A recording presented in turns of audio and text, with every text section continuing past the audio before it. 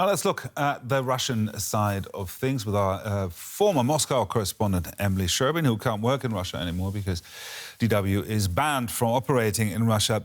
Now, when the war started, Putin aimed for a very swift victory, and everybody expected that to happen. Now we're 100 days into this war.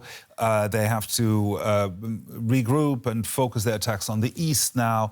How is Putin selling this as a success at home?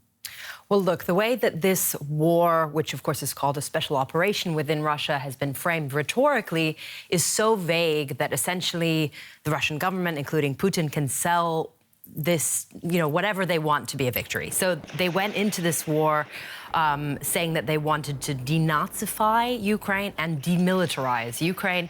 So both of those words, what do they really mean? So that essentially means that Putin can spin whatever he wants as a victory, especially because he's, of course, in control of the state media completely.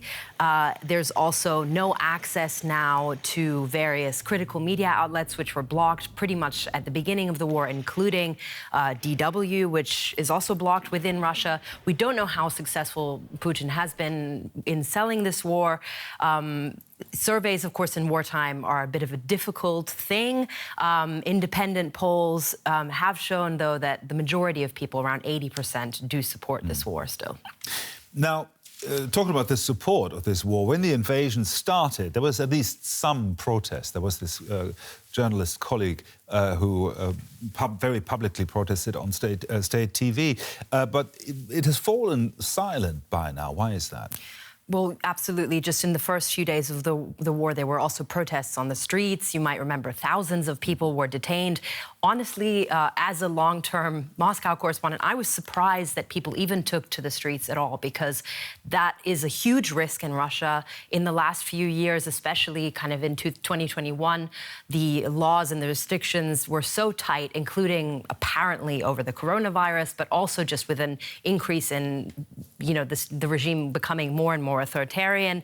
There were already very strict protest laws. Now, after the war, there was a new law that was introduced, which means that you can get up to 15 years in prison for spreading whatever the Russian state deems to be fakes about the war, which they, again, call a special operation.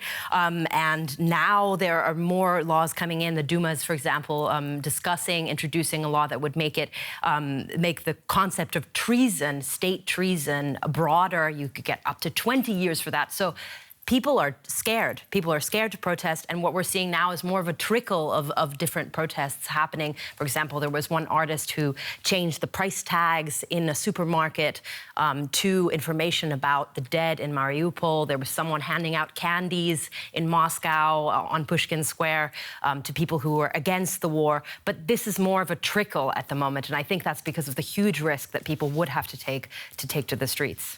Now, there's also been lots of speculation about Putin's health. Unconfirmed information suggests could suffer from cancer or Parkinson. Just rumors? Well, we don't know. There are persistent reports, as you say, including in the Russian media. There was an investigation by the Russian media outlet Project, which I think is a very reliable source, about Putin's health. They looked into it and they said that he's been traveling for the last few years with several doctors, including specialists on cancer. And interestingly, this week, there were, sources within U.S. intelligence also saying that Putin might have cancer. Of course, the Russian side would say this is a smear campaign. We don't know. We probably will never find out. Putin's health, I think, would be a taboo even within the Kremlin to discuss that. Emily Sherbin, our former Moscow correspondent. Thank you very much, Emily.